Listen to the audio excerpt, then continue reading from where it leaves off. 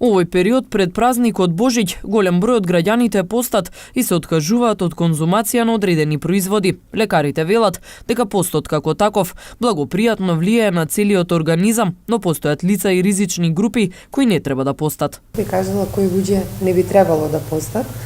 Тоа се однесува на дечињата, на бремените жени, значи не смеат никако да постат.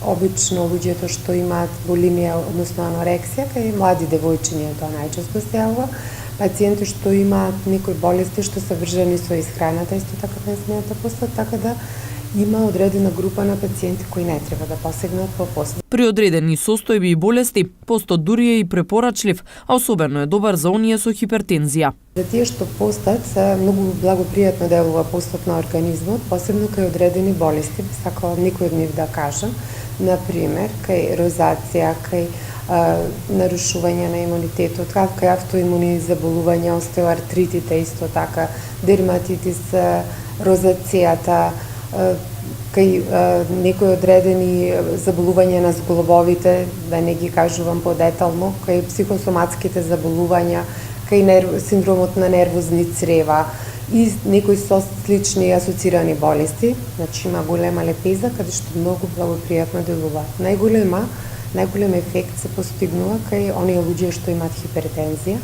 зашто рестриктивната исхрана ја намалува тензијата, исто така се постигнуваат добри ефекти кај луѓето што имаат нарушувања во склопот на липидниот статус, односно на мастите. Докажано е дека се намалува холестеролот, триглицеридите и се зголемува добриот холестерол, односно HDL-от.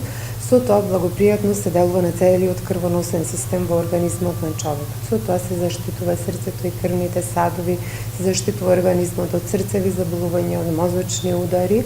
Енергијата во зимскиот период најмногу доаѓа од исхраната, вели Трифуновска. Таа апелира дека треба посебно да се внимава кај оние кои имаат гранични вредности во крвната слика, па се препорачуваат почести оброци во помали количини.